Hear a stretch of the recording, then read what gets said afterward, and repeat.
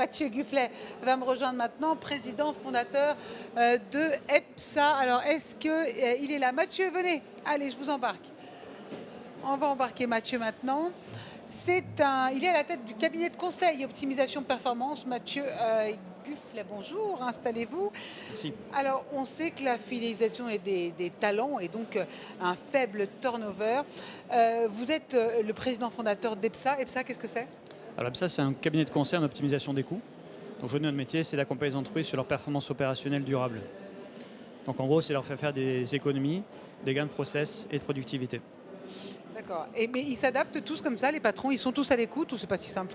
Alors en ce moment, ils sont très à l'écoute. En temps difficile pour eux, on devient un atout pour essayer de gagner en productivité et surtout économiser pas mal d'argent pour gagner en force d'EBITDA. Donc on devient un atout pour eux. Donc c'est plutôt dans les périodes un peu compliquées qu'on fait plus appel à nous. Donc ils viennent plus vous chercher que avant, ou avant c'était peut-être plus dur de leur faire comprendre qu'il fallait évoluer, non? Les groupes qui gagnent beaucoup d'argent, oui. Les autres ont déjà compris qu'il y avait des choses à faire. D'accord. Si on s'intéresse à la croissance maintenant en entreprise, on sait que ça peut se faire par des acquisitions externes notamment. Comment on trouve les bonnes opportunités? Alors en fait, nous on est organisé par plusieurs métiers. Donc le métier c'est la performance opérationnelle des entreprises, mais on a 8 lignes de produits. Et donc dans ces lignes de produits qui peuvent être l'optimisation des achats ou de la RSE par exemple, ou de la performance énergétique, on a plein d'acteurs qu'on appelle des pure players qui sont dans ces métiers-là en capacité de nous rejoindre, de faire un adossement industriel.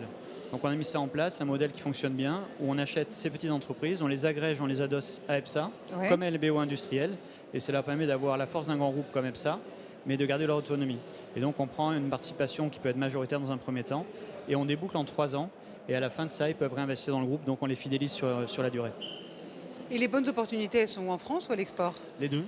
Oh. Alors aujourd'hui, on a pas mal d'opportunités en France, puisque le marché français est très dynamique dans la performance. Il faut savoir que ce marché, historiquement, il est basé en Europe, et les Français sont très en avance dans ce métier de la performance opérationnelle. Donc il y a beaucoup d'opportunités en France. Aujourd'hui, c'est notre plus gros pays, mais on est quand même 70% à l'international. Donc on est dans une trentaine de pays. C'est beaucoup. C'est beaucoup. Et du coup, on a des opportunités pour répondre à votre question un peu partout en Allemagne. En ce moment, on est sur des acquisitions en Espagne, en Belgique, aux Pays-Bas. Et puis aux États-Unis aussi, on est très présent, ainsi que le Brésil et l'Asie.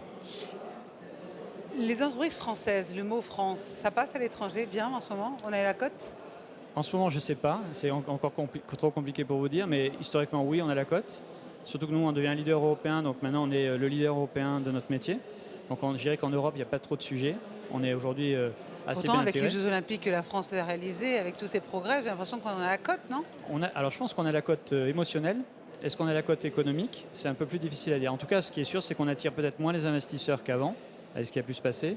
Mais à l'international, les entrepreneurs français ont la cote. Ah, voilà. C'est un beau mot en tout cas pour aller vous voir pour les croissances, notamment externes et pas seulement. Mathieu Gufflet, donc président fondateur d'EPSA.